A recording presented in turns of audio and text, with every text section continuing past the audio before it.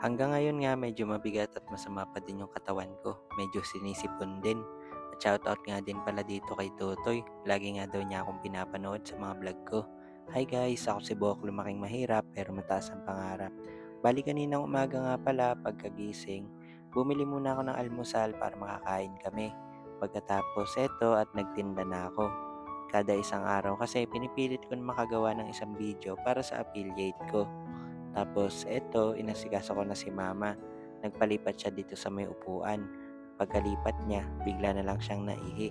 Hindi niya na kasi nakokontrol kung minsan, bigla-bigla na lang talagang lumalabas. Tapos hindi nga niya maisuot yung diaper. Gawa ng paralyze yung kaliwang katawan. Kaya pagtatayo siya, kailangan talagang may nakaalalay. At nung pagkatanghalian namin, alam ng pusa kapag tapos na kami kumain. Kaya naman nangihingi na siya. Kaya eto, binibigyan ko naman. Hindi siya taga dito sa amin at bigla na lang pumunta, pero hindi ko naman pinapaalis. Hanggang sa nakatulog ako ng tanghali kami ni mama dahil nga sinasabayan ko siya kapag ka natutulog siya. Nang magising ako, nag-asikaso na kagad ako ng uulamin namin para sa hapunan. Meron pang natirang sayote dito. Yun na nga lang yung lulutuin ko, tapos tinanong ko si mama kung anong gusto niyang ihalo. At yun na nga lang daw makarel. Kaya ito, ginisa ko na kaagad. Medyo nakakaramdam nga din ako ulit ng pagsakit dito sa may likod ko sa may bandang braso. Nawawala din naman agad kaya hinahayaan ko na lang. Tapos medyo masama din yung pakiramdam ko kaya ito medyo sinisipon ako. Kapag medyo okay na ulit yung pakiramdam ko ay ibabalik ko na yung pagbablog ko na live mismo yung pagsasalita ko at hindi na magvo-voice over. Mas masaya kasi yung ganun.